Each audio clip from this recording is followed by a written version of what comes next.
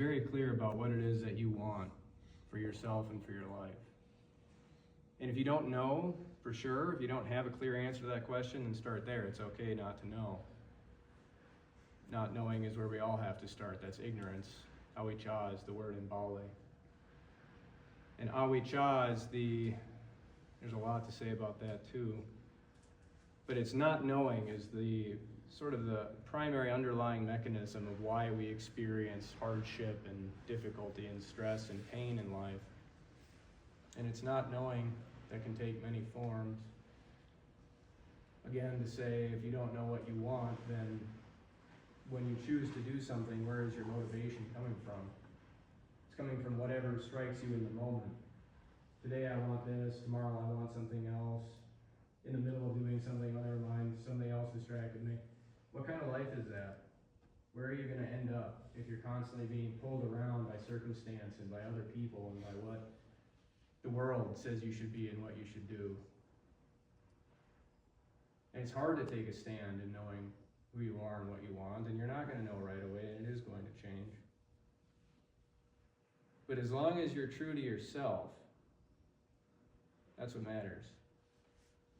And having a system, something, a structure, a tradition, something that's good, that's vetted by other people, that's backed by years of tradition and investment and has a record of success, something like Buddhism, something like in the West, Christianity, the religions and things that have been the foundations of culture, to really take a deep look at these things and see what are they really about, what are they rooted in, because over time, they do lose their way, and you do end up with the difference between Theravada and Mahayana.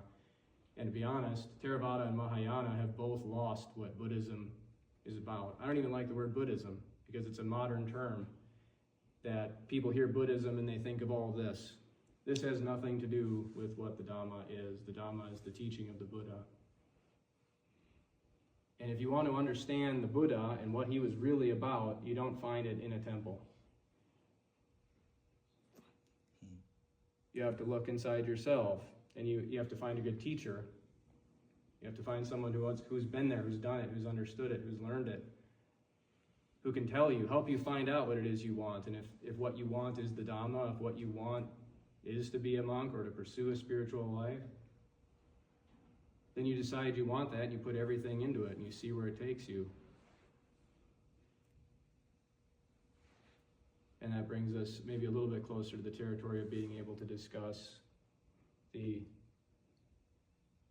what do you call them? The Tilakkhana, usually called the three characteristics. But I found it's much better to think of them as three perceptions, three ways of seeing things. Because when you're talking about what you want, these are three perceptions that you can apply to what it is that you want to help determine whether it's something worth pursuing and developing. The first one is anicca, which means that things are causal and conditioned. You'll oftentimes hear it translated as impermanence, and please, even though it's conventional and everyone will tell you that's what it means, investigate it for yourself and find out the truth. Because if you think that it just means impermanent, then you're looking at the future. Things are going to change, they're going to end someday, maybe not now. And that doesn't even begin to touch the depth of what's meant by the word anicca. Because you have to look at the present right now. Where is this thought coming from? It's caused and conditioned. Where is this decision coming from? It's caused and conditioned.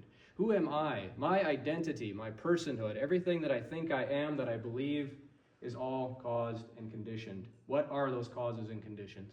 What I want comes from causes and conditions, circumstance. What are those circumstances? Do I know? How alarming is it to realize that you've been living your life without seeing these things clearly, without understanding the chain of causality that you are a part of? The second one is dukkha. Dukkha is usually translated as suffering, but that's much too narrow. Dukkha literally means that which is hard to bear, burdensome. Stress, anxiety, worry, sickness. So that which is causal and conditioned is inevitably going to become a burden. It's going to become difficult because you can't control every cause and condition. Can you determine how tall you are, how short you are, how your hair grows, what color your eyes are, how your heart beats? Do you know when you're going to die? Can you choose that? How much do you have a choice in? That's dukkha. That's part of dukkha. There's a lot more to dukkha as well, but for the sake of brevity, we'll get to anatta, the third one, which is in some ways the easiest to understand, in some ways the most confounding. Usually it's translated as not self or non-self. It is not no self. The Buddha never taught that there is no self. He did not teach that there is a self. If you've been exposed to Buddhism, you'll probably hear something like that and put that aside. Because to say that there is a self is just as wrong as saying that there is no self. They're both absolute determinations of reality, and no such thing can be found or proven one way or the other. In fact, if you look at anything, it's impossible to say, it's incorrect in terms of Dhamma, to say that anything exists or doesn't exist. You can only determine something based on its causes and conditions. If I look at this side of my hand, I can describe it.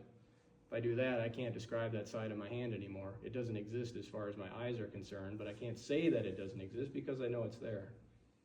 So based on the causes and conditions, the position of my hand, the lighting, I can describe it, and I can put in terms that can be understood. And so anatta is much more about making a decision. When you look at something and you see, what are the causes and conditions that generate this thing? How much dukkha is involved in gaining it and maintaining it? Is it worth it? That's the question of anatta. Is it worth it? Is this thing that I want, this thing that I want to be, is the juice worth the squeeze? Is it worth